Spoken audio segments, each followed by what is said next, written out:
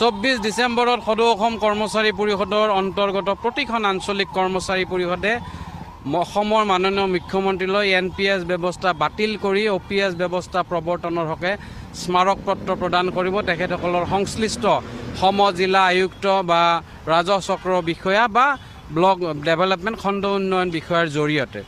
আৰু তাৰ পৰৱৰ্তী সময়ত 2 জানুৱাৰীৰ পৰা 10 জানুৱাৰীলৈকে গণস্বাক্ষৰ অভিযান চলিব। অসমৰ প্ৰতিটো শিক্ষানুষ্ঠান প্ৰতিটো চৰকাৰী কাৰ্যালয়ৰ কৰ্মচাৰীসকলৰ এটা স্বাক্ষৰ অভিযান কাৰ্যসূচী গ্ৰহণ কৰা হ'ব NPS ব্যৱস্থা বাতিলৰ হকে।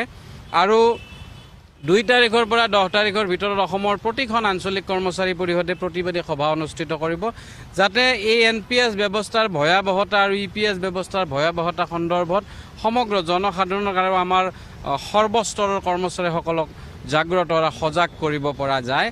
আৰু তাৰ পৰৱৰ্তী সময়তে সেই গণস্বাক্ষৰসমূহ জিলা কৰ্মচাৰী পৰিষদক তেখেতসকলে প্ৰেৰণ কৰিব। জিলা কৰ্মচাৰী পৰিষদে মুখ্যমন্ত্ৰী মহোদয়লৈ প্ৰেৰণ কৰিব। আৰু 28 জানুৱাৰী 2026 পৰা 31 জানুৱাৰীৰ ভিতৰত আমি এইকাৰণে 4 দিন ধৰি দিছোঁ, খোলা বাৰ থাকে সকলোৰে সুবিধা অনুযায়ী।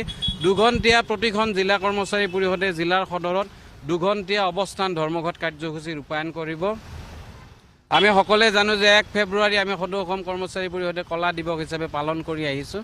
এই 1 ফেব্ৰুৱাৰীতে NPS ব্যৱস্থাৰ প্ৰৱৰ্তন হৈছিল আৰু 2026 চনৰ 1 ফেব্ৰুৱাৰীৰ দিনাখনো আমি কলা বেজ পৰিধান কৰি এই কলা বেজ পৰিধান কৰি কলা দিৱস পালন কৰিম NPS ব্যৱস্থা প্ৰৱৰ্তনৰ বিৰুদ্ধে।